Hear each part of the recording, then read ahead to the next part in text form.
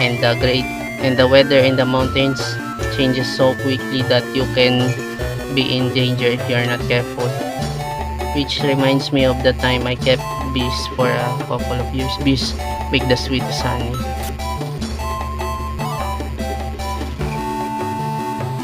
Era.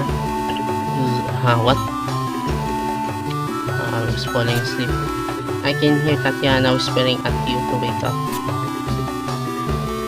Okay, but his story is so irrelevant to anything here. It's putting me to sleep. This will make you wake up, Era. I'm not deaf, you know.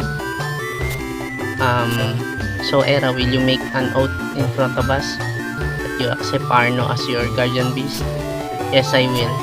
Alrighty, I hereby approved Arno as an official guardian beast. This will conclude the pledge signing. It's over? I am now your guardian beast, just like that? Yeah, that's right. Era is my new master from now on. Well, I'm glad you're happy about it. Serve your master well and protect the town as a guardian beast of an edge fencer.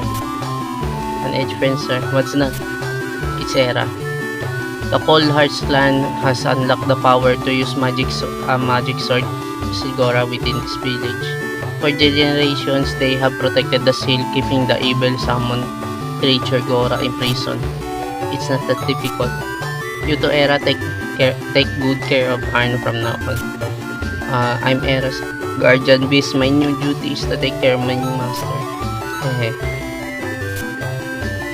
Not that the ceremonies is. Those heroes of antiquity ne'er saw a cannonball, or knew the force of powder to slay their foes withal. But our brave boys do know